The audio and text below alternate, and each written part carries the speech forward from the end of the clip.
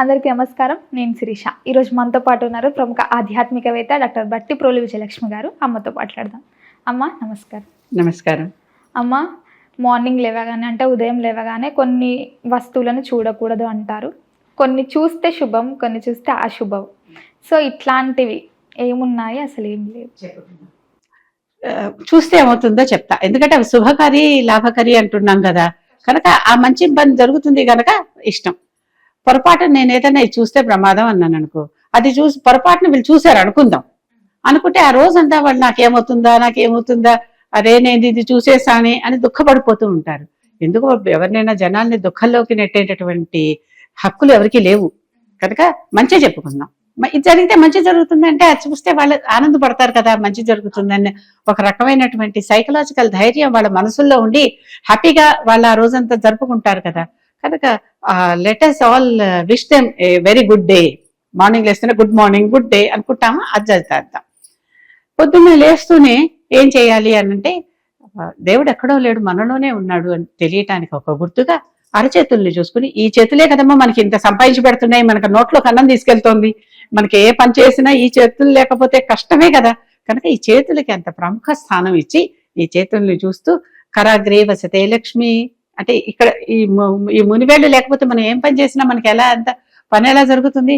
కనుక కరాగ్రే వసతే లక్ష్మి, కరమచ్చే సరస్వతి, కరమూలేతు గోవింద, ప్రభాతే కరదర్శనం. పొద్దున లేస్తూనే కరదర్శనం చేస్తున్నాను. ఈ చేతులే నాకు లక్ష్మి, ఈ చేతులే నాకు సరస్వతి, ఈ చేతులే నన్ను రక్షించే గోవిందుడు. గోవిందుడు గోపనం చేస్తాడు, రక్షణ ఇస్తాడు. కనుక ఇవి నాకు మూడు అవసరమే కదా, కనుక ఇవి మూడు నాకు ఇవ్వు అని వాళ్ళకి ఆ దేవతలకి దండం పెట్టుకుంటున్నాం. చేస్తే తర్వాత కాలు కింద పెట్టాలిగా, ఏ మంచం మీద ఎక్కడో పడుకున్నా లేవాలిగా. కానీ భూదేవి ఆవిడ మనల్ని రోజంతా భరిస్తోంది, దాని మీదే నడుస్తున్నాం, అక్కడే అన్ని చేస్తున్నాం. కనుక భూదేవికి దండం పెట్టుకోవటం నెక్స్ట్ చేయాల్సినటువంటి పని. భూదేవికి దండం పెట్టుకుంటే ఆవిడ శాంతిస్తుంది అని పాదం పెడుతూనే, అమ్మ సముద్ర వసనే దేవి పర్వత స్థన మండలే విష్ణుపత్ని నమస్తుభ్యం పాదస్పర్శం క్షమస్వమే.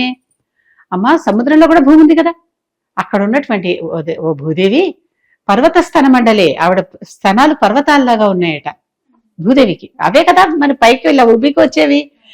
పర్వత స్థన మండలే విష్ణుపత్ని నమస్తుభ్యం, అమ్మ నీకు నేను నమస్కారం చేస్తున్నా విష్ణుపత్ని. పాదస్పర్శం క్షమస్వమే, ఎవరికైనా కాలు తగిలిస్తే వెంటనే క్షమాపణ చెప్తాం, సారీ చెప్తాం. ఒక్కోసారి పెద్దవాళ్ళు అయితే దండం కూడా పెడతాం. అవునా, పాదం తగిలాక వెళ్ళిపోం ఎవరు, మర్యాదస్తులు సంస్కారవంతులు ఎవరు వెళ్ళిపోరు. పొరపాటునే తగిలింది, కావాలని తనితే మదం. కనుక అమ్మవారికి ఆ రోజు భూదేవిని కాళ్ళతో ఎన్ని చేస్తున్నాం, కనుక అమ్మవారికి మనం పాదస్పర్శం క్షమస్వమే, అమ్మ నేను పాదంతో స్పర్శిస్తున్నాను, నన్ను క్షమించు. ఇక్కడి నుంచి మొదలు పెడుతున్నాం మన ఆధ్యాత్మిక జీవనం. ఆధ్యాత్మిక జీవనం అంటే ఏమిటి? ఆత్మీయంగా మన మనసులోనే ఉన్నటువంటి ఇవన్నీ ఎక్కడ బయట నుంచి ఏవీ లేవు. ఎదుర్కొంటే పట్టాలు అరేంజ్ చేసుకుని దండం పెట్టుకోవటాలు లాంటివి కూడా ఏవీ లేవు. ఈ రకంగా మనం మొదలు పెడుతున్నాం.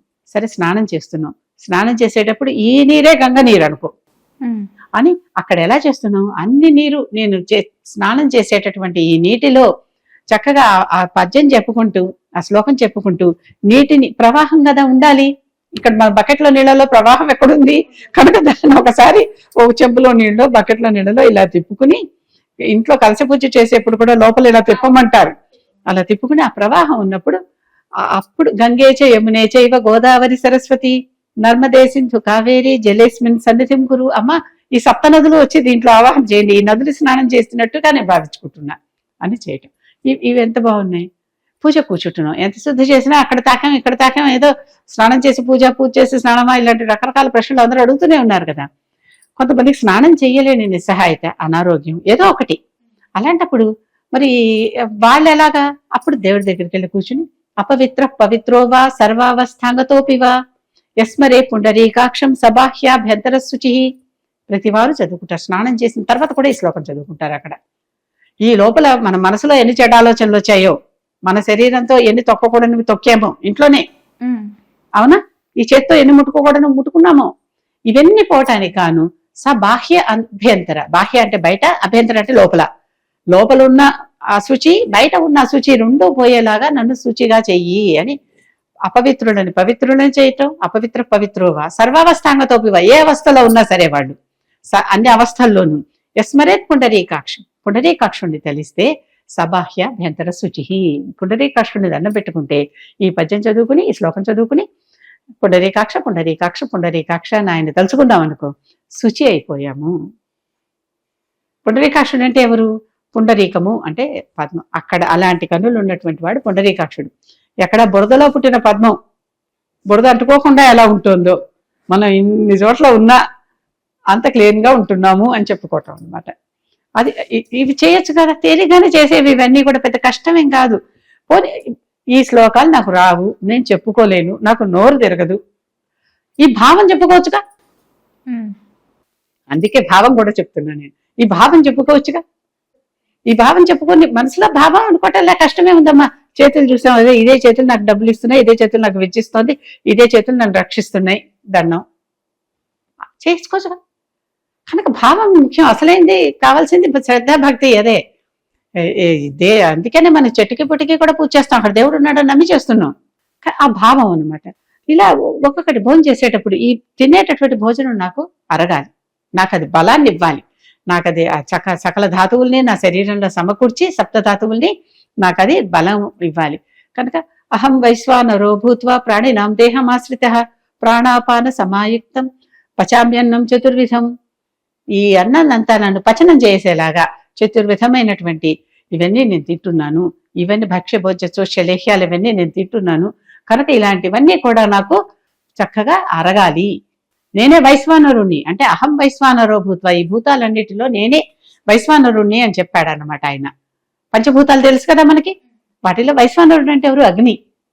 అగ్ని రూపంలో కడుపులో ఉండి జఠరాగ్ని రూపంలో మనం ఏది తిన్నా జీర్ణం చేసేటటువంటి ఓ మహావిష్ణువు నీకు నమస్కారం, నాకు నేను తిన్నవన్నీ నాకు పచనం చేసి నాకు బలాన్ని ప్రసాదించు అని వేడుకోవటం చేయగలం కదా. భావం చెప్పుకోవచ్చుగా కనీసం. కడుపులో మంటగా ఉందంటారు చూడండి, కడుపులో ఆకలిగా ఉంది, ఆకలి మంట. కడుపులో జఠరాగ్ని అనే ఒక అగ్ని ఉండి, రకరకాల అగ్నులు, ఆ అగ్ని మనం ఏం తిన్నా నిప్పులు వేస్తే ఏమైనా అయిపోతాయి కదా, అది మనం తిన్నవన్నీ పచనం చేస్తుంది. కనుక ఆ వైశ్వానరుడికి దండం పెట్టుకోవడం.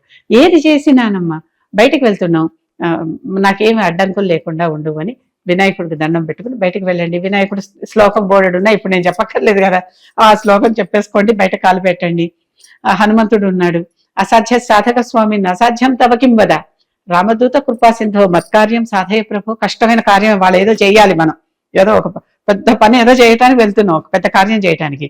అసాధ్యమైన కార్యమైనటువంటి రామకార్యమే సముద్రం దాటి వెళ్ళి సీతను చూసొచ్చి మళ్ళీ తిరిగి వచ్చి చెప్పాడు. అంత గొప్ప కార్యం చేసినటువంటి ఓ రామదూత, ఓ కృపాసింధు అంటే ఆయన కృపాసాగరం, దయాసాగరం, నా కార్యం కూడా కొంచెం చేసి పెట్టవయ్యా, మత్కార్యం సాధయ ప్రభు అని ఆయన్ని హనుమంతుడిని వేడుకోవటం. ఈ పనులు చేయలేమా? నిజం చెప్పండి. చేయగలుగుతాం, తేలిగ్గానే చేయొచ్చు కదా. పడుకుంటున్నాం రాత్రిపూట, పనులన్నీ అయిపోయినాయి, వచ్చేసాం, పడుకుంటున్నాం. పడుకునేటప్పుడు ఎటువంటి చెడ్డ కళలు రాకుండా ఉండాలి కదా. కనుక అటువంటి అప్పుడు నిద్రపోయే సమయంలో అదొకప్పుడు ఒక శ్లోకం, రామం స్కందం హనుమంతం వైనతేయం మృకోదరం సేనేయ పఠేన్నిత్యం దుస్వప్నస్తస్య నశ్యతి. చెడ్డ కళలు రాకుండా హాయిగా నిద్రపట్టేలా చేయి తండ్రి అని ఈ దేవుడిని వెడుకుతున్నాం. ఎవరిని? రామం స్కంధం, రాముడు, స్కందుడు అంటే సుబ్రహ్మణ్యుడు, వైనతేయం హనుమంతం హనుమంతుడు, వైనతేయం అంటే గరుడు, వృకోదరం అంటే భీముడు.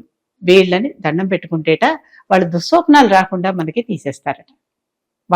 కనుక వాళ్ళని తలుచుకోండి ఒకసారి. ఈ పేర్లను తలుచుకోవచ్చుగా, ఇప్పుడు నేను చెప్పానుగా ఎవరెవరో, ఈ పేర్లను తలుచుకుని దండం పెట్టుకుని చెడ్డగలలు రాకుండా హాయిగా నిద్రపట్టేలా చూడు తండ్రి అని దండం పెట్టుకోవటమే కదా.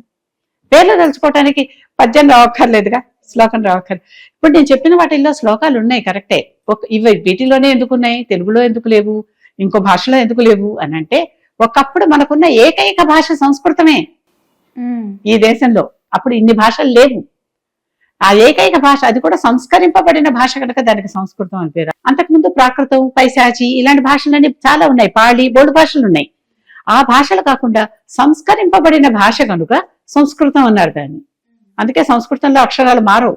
తెలుగు భాషలో ఆ అక్షరాలు మేము చదువుకోలేదండి, అలు అలు అరు అరు ఇలాంటి కొన్ని అక్షరాలు మేము చెప్పలేదండి అని అనేస్తున్నారు. ఇప్పుడు అవి ఎక్కడ పడుతున్నామో తెలియట్లేదండి అంటున్నారు కదా. ఇలాంటివి ఇన్య ఇణి ఇలా కొన్ని ఉన్నాయి కదా మనకి, వాడట్లా మానేస్తున్నారు. పెళ్లి అనమంటే పెళ్లి అంటున్నారు. మనకున్నాయి కొన్ని పదాలు, అవి అక్కడ లేవు. సంస్కృతంలో లాలాకు ఒకటే పదం అనుకోండి, వాళ్ళకి ఒకటే అక్షరం, వాళ్ళకి 2 అక్షరాలు లేవు అక్కడ. కళ్యాణమే, కళ్యాణం కాదు వాళ్ళకి.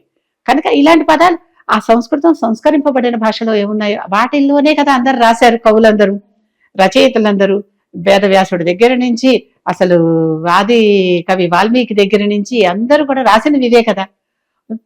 ఇవే రాసి ఇవే మనకు వచ్చాయి. కనుక వాటిలో నుంచే మనం చెప్పుకోవాల్సి వస్తుంది. అదే ఎందుకుంది, ఇది ఎందుకు లేదు, మన భాషలో ఎందుకు లేదు అంటే, రాసేవాళ్ళు ఎవరైనా దీనికి అనువాదాలు రాస్తే అనువాదాన్ని చక్కగా ఛందోబద్ధంగా పద్య రూపంలో రాస్తే ఉంటాయి. అలా రాసినవి కూడా చాలానే ఉన్నాయి. కానీ అనాదిగా వస్తున్నటువంటి ఒక పద్ధతి ఉంటుంది కదా, ఆ పద్ధతి ప్రకారం ఈ సంస్కృత శ్లోకాలు. అందుకనే నేను ప్రతి పద్యం వెనకాల దాని భావం కూడా చెప్పటం వల్ల ఏమవుతుంది, ఆ భావమైన మనసులో పడితే చాలనేది. ఎందుకంటే ఏది చేసినా సంస్కృతంలో మాట్లాడినా దేవుడికి అర్థమవుతుంది, తెలుగులో మాట్లాడినా దేవుడికి అర్థమవుతుంది, మన మనోభాషలో మాట్లాడినా దేవుడికి అర్థమవుతుంది. ఆయన సర్వాంతర్యామి, సర్వబహిర్యామి, బయట ఉన్నాడు, లోపల ఉన్నాడు. కనుక ఆ దేవుడితో మనం చెప్పుకుంటున్నాం కనుక ఏది చేసినా ఆధ్యాత్మికంగా జీవించటం అంటే ఇంతేనమ్మా. పడుకుని తింటే దేవుడి సహాయంతో తింటున్నాం, సంపాదిస్తే దేవుడి సహాయంతో సంపాదిస్తున్నాం. మనం రక్షించేవాడెవడు? గోవిందుడు. అన్నం ఎవరు మనకి అరిగేలా చేస్తున్నారు? కడుపులో ఉన్న అగ్ని అని ఇలాగే కదా చెప్పుకుంటున్నాం. అగ్ని లేకపోతే ఆకలి వేయదు, అన్నము అరగదు వాళ్ళకి. కనుక ఏది చేసినా కూడా ఇదిగో మీరందరూ గొప్ప బలవంతులు కనుక మీరు ఇంత బలవంతులు, మాకు చెడ్డకళలు రాకుండా మమ్మల్ని కాపాడండి, ఇలాగే కదా అడుగుతున్నాం. కనుక ఎప్పుడైనా దేవుడిని మంచి కోసం వేడుకుంటే ఏమీ తప్పలేదు. ఏమన్నా కోరుకోండి, ఇప్పటికిప్పుడు నన్ను ఇండియాకి ప్రధానమంత్రిని చేయమని కోరుకున్నా తప్పలేదు. తీరిస్తే తీరుస్తాడు, అదే లేదు. మనకు అయోగ్యత ఉంటే అడిగిన కోరికలు అనేది తెరవు కదా. అవునా? అమెరికాకి ప్రెసిడెంట్ చేయమన్నా చేస్తే చేయొచ్చేమో, నాకు అయోగ్యత ఉంటే. అయోగ్యత లేకపోతే ఏవి తీరవు. కనుక మనం చేసేటప్పుడు మనకు నిజంగా అర్హత ఉందా అనేది ఒకటి గమనించుకొని చేస్తే అభ్యర్థం కాకుండా ఉంటుంది. కాకపోతే ఈ పుణ్యబలం ఎప్పుడూ ఉంటుంది, ఇప్పుడు కాకపోతే రాబోయే జన్మల్లో ఎప్పుడో ఉపయోగపడుతుంది. అది అమ్మ, మొత్తం మీద ఉదయం లేచినప్పటి నుంచి సాయంత్రం పడుకునేంత వరకు ఎలాంటి జీవనం గడపాలో తెలియజేసినందుకు ధన్యవాదాలు.